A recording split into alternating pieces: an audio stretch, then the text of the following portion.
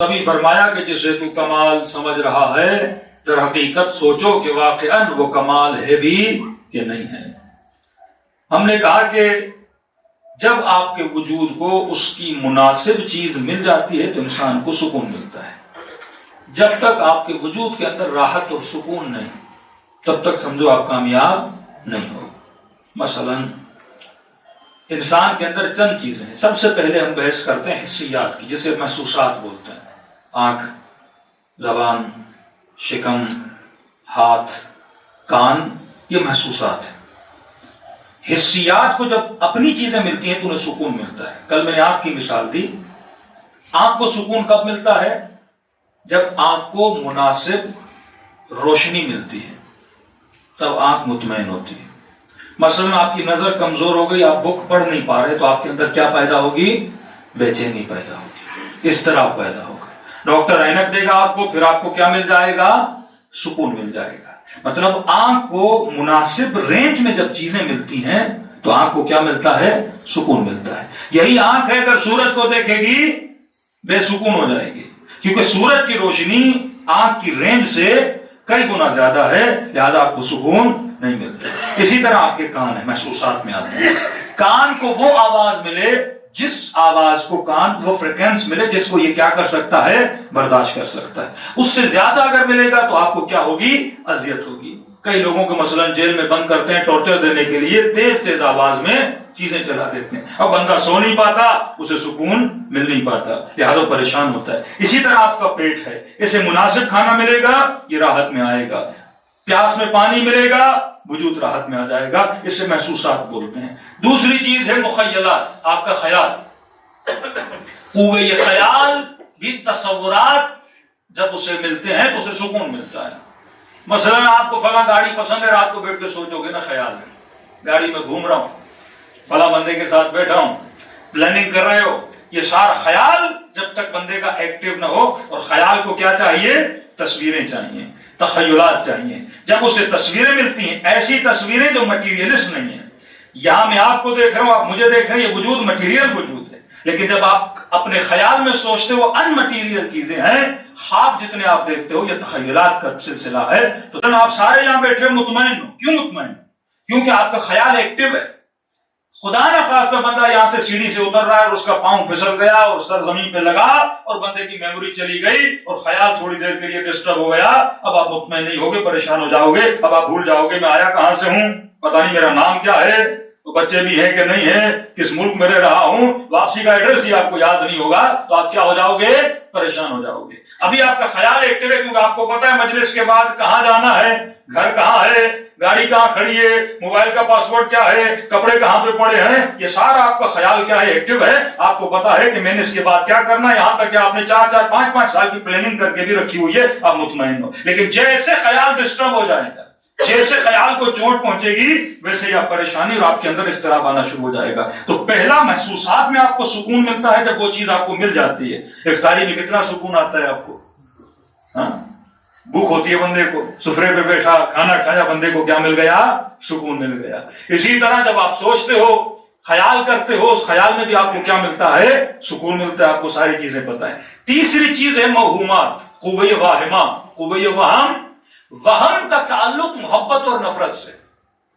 اگر وہم نہ ہو تو بندہ کسی سے محبت نہ کرے، اگر وہم نہ ہو بندہ کسی سے نفرت نہیں کرے۔ مثلا آپ نے ایک مرتبہ دیکھا ایک خاتون ہے، اس نے مثلا ایک چھوٹی سی پلاسٹک کی گڑیا اٹھائی ہوئی ہے، اس گڑیا کو چومے جا رہی ہے۔ آپ دور سے بولو گے نا بھائی گڑیا میں کیا رکھا ہے، یہ چومے جا رہی ہے، لیکن جب اس خاتون سے پوچھو گے وہ کہے گی میری ایک بیٹی تھی جو دنیا سے گزر گئی، یہ اس کی گڑیا ہے۔ تو یہ وہم سے اس کا تعلق ہے۔ کئی ایسے وہابی ہیں، دیکھتے بھائی شیعہ پتھروں کو چوم رہے ہیں، شیعہ چاندی کو چوم رہے ہیں، شیعہ سونے کو چوم رہے ہیں۔ بھائی وہی سونا انڈیا کی کسی مارکیٹ میں ہوگا، کوئی بندہ نہیں چومتا، لیکن کربلا چلے گئے اور وہی چاندی اگر حسین کی زری بن گئی، بندہ چومنا شروع کر دیتا ہے۔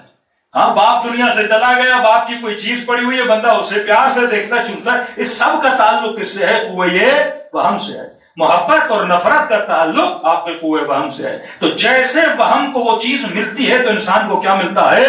سکون ملتا ہے. بیٹے کو سینے سے لگایا سکون ملا، ماں کو سینے سے لگایا سکون ملا. اور اسی وہم کو استعمال کر کے شیطان فیک محبتیں بنانا شروع کر دیتا ہے. اب وہم حقیقی محبت کی طرف بھی اس کا کام ہے صرف محبت دلانا. اب شیطان اسی کو یہ وہم کو استعمال کرے گا، مثلا گاڑی کی محبت ڈال دے گا، کسی عورت کی محبت ڈال دے گا، کسی چیز کی محبت ڈال دے گا. اب بندے کو سوچنا چاہیے یہ سارا ایک سسٹم جو اللہ نے بنایا ہے کہ واقعاً وہم جس چیز سے محبت کروا رہا ہے وہ محبت حقیقی بھی ہے کہ نہیں ہے، کہیں فیک محبت تو نہیں ہے. تو وہم کو بھی جب اپنی محبتیں ملتی ہیں تو بندے کو کیا ملتا ہے؟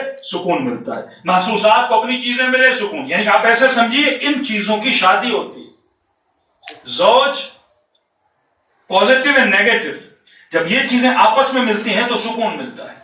بدن کو وہ ملے جو اس کا ہے اسے سکون ملے گا، پیٹ کو وہ ملے جو اس کا ہے اسے سکون ملے گا، خیال کو وہ ملے جو اس کا میچ ہے اسے سکون ملے گا، وہم کو وہ ملے جو اس کے لیے بنا ہے اسے کیا ملے گا؟ سکون ملے گا. چوتھا پاور جو خدا نے آپ کو دیا اسے کہتے ہیں قوہ عقل. عقل کا کام ہے کیلکولیشن کرنا، میتھمیٹک، فزکس. 2+2 4 بنتا ہے. کوئی پروگرامنگ آپ کرتے ہو، کسی بلڈنگ کی ناپ توڑ کو آپ تولتے ہو، یہ سارا کام کون کرتا ہے؟ عقل کرتا ہے. عقل کو یہ ساری چیزیں دیتا کون ہے؟ کوئی خیال دیتا ہے، کوئی وہم دیتا ہے. مطلب خیال ساری تصویروں کو جمع کر کے ٹرانسفر کرتا ہے عقل کی طرف. کوئی وہم محبتوں کو نفرتوں کو جمع کر کے ٹرانسفر کرتا ہے عقل کی طرف. مثلا آپ کو خدا سے محبت ہے اور پتا چلا فلاں بندہ اللہ کی توہین کر رہا ہے، اس نے میسج بھیجا عقل کو. عقل کیلکولیشن کرے گا کہ اللہ سے برائی، اللہ کی برائی، اللہ کی بدتمیزی، اللہ کی بےاحترامی کرنے والے کے ساتھ کیا کرنا چاہیے، ریلیشن جوڑنا چاہیے یا نہیں جوڑنا چاہیے. یہ کیلکولیشن کون کرتا ہے؟ قوہ عقل کرتا ہے. مثلا فلاں بندہ امیر المومنین کی توہین کرتا ہے، یہ میسج عقل کی طرف جاتا ہے. عقل کا کام صرف یہ ہے کہ وہ جتنا ڈیٹا اس کے پاس پہنچا ہے اس کی کیا کرے؟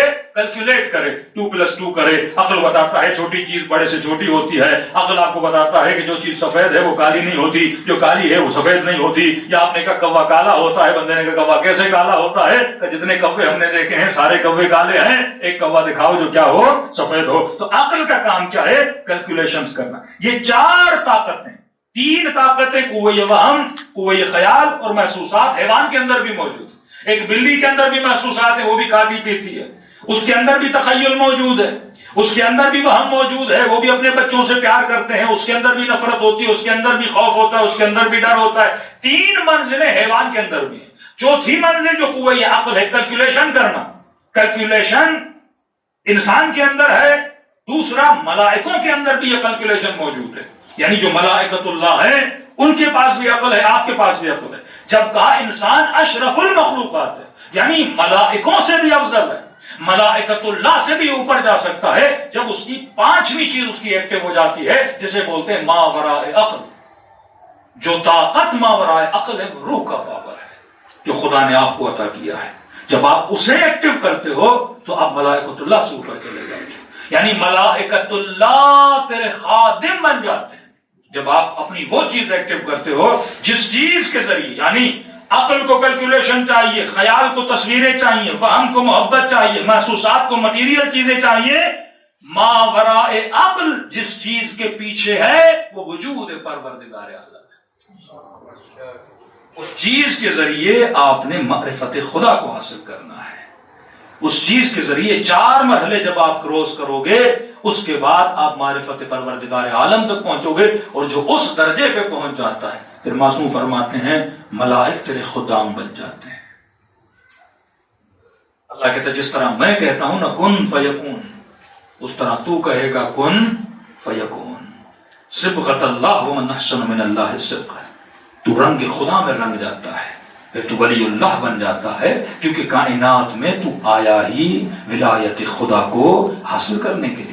یہ لذتیں جو تو حاصل کر رہا ہے یہ مقامات حیوانی ہیں، اصل جو مقام انسانی ہے اس لذت کو حاصل کر. کیا تجھے ذکر خدا میں لذت ملتی ہے؟